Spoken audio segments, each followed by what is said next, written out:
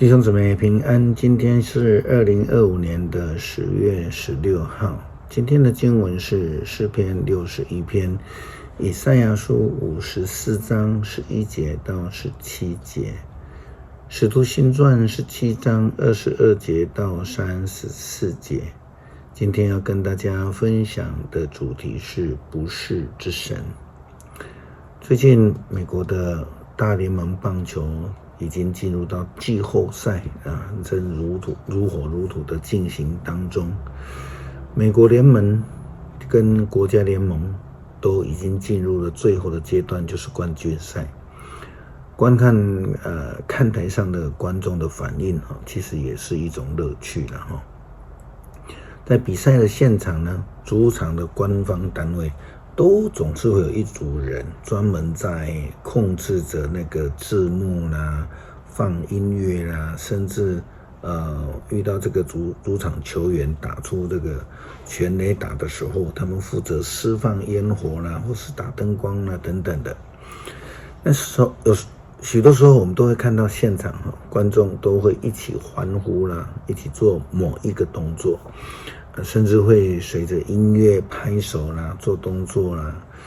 其实这种状况都是工作人员在荧幕上打字幕要求主场的粉丝去做的。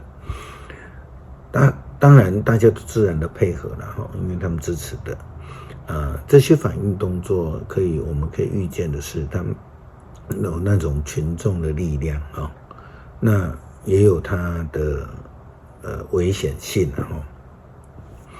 但是我们也知道，大部分的球迷对于自己所喜爱的球队球员都会去研究，会去了解以及也有期待。这样的热情其实是可以想见的了但是我们从另外一个角度来看，宗教信仰有许多人就不是像这样子的。他们对于自己所拜的偶像神明是否一定了解，那就不一定了特别是有一些宗教，他们的想法是说多拜多保佑，但却不一定认识这些敬拜的对象。有时候以色列人圣经记载着甚至是基督徒呢也有这样的一个情形因此就很容易就离开了上帝的道路。以赛亚书54章11节到17节记载了这一段。上主说，耶路撒冷，你这忧患无助的城没有人来安慰你。我要用彩色的石头奠定你的基石，用宝石重建你的根基。我要用红宝石建造你的楼台，用闪亮发光的石头做城门，四围的墙都镶满了珠宝。我要亲自的教导你的人民，赐他们繁荣和和平安。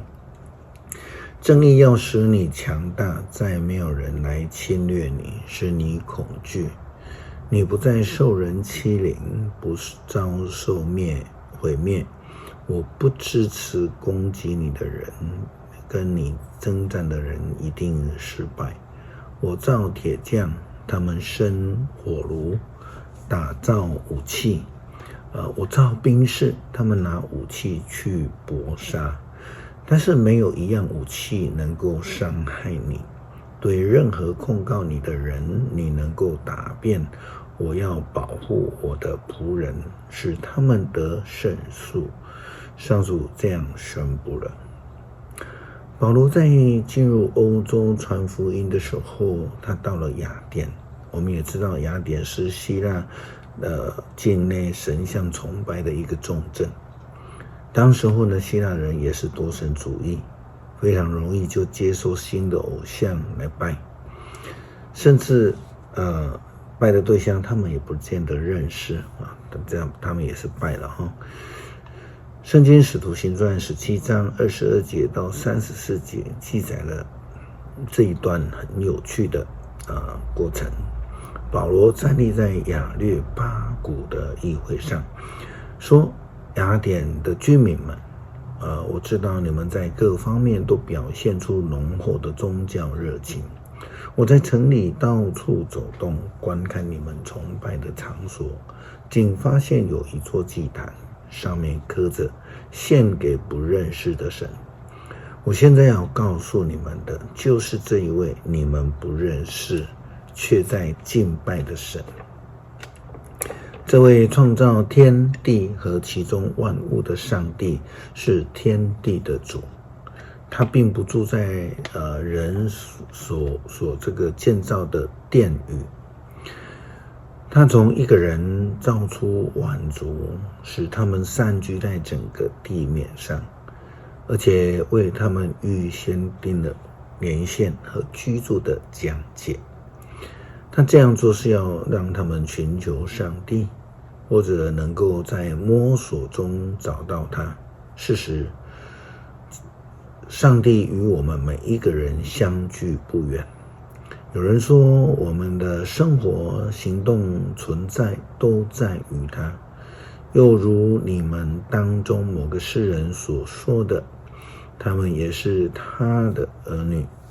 既然我们是他的儿女，我们就不应该幻想上帝的本性是可以用人的技巧，用金银或石头所雕制的偶像来比拟的。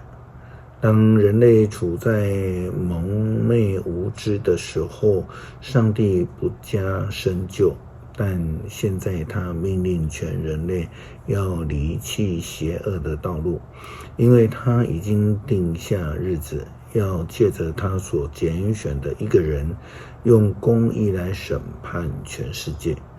由于使这个一个人的从死里复活，他已经把凭据给了全人类。他们一听见保罗说起死人复活的事，有人就讥笑他。另有些人说，我们希望再听到你讲这些事。于是保罗离开了议会，有些人就成为他的同道，做的信徒，其中有亚略巴谷的议员杜尼修，又有一个名叫大马里的妇人和另外一些人。虽然保罗非常努力的介绍这一位他们所敬拜却未识之神，但他们仍然不愿意接受、相信，甚至他们耻笑保罗。当然呢，我们也看到，只要愿意相信并接受的人，就必得到救恩，这是圣经当中的应许。诗篇61篇，上帝啊，求你听我的呼求，求你垂听我的祷告。我在远离家门的地方，心里忧闷，求你向你呼求，求你领我到安全的避难所，因为你是我的保护者，是我抗拒敌人的堡垒。求你容我终身在你的帐篷里，让我在你的翅膀下得到庇护。上帝啊，你听见了我许的愿，把你敬畏的人得到来产业给我。求你增加君王的寿数，求你使他万寿无疆。上帝啊，愿他在你面前永远掌权，愿你以你的信实和不变的爱来保护他，这样我要永远歌颂你，我要天天向你还我许的愿。恳求慈爱的主帮助我们学习更认识主，更愿意亲近主，愿意与主同行，以爱心、热心、诚心来追求、来敬拜。祷告奉主耶稣基督圣名求，阿们。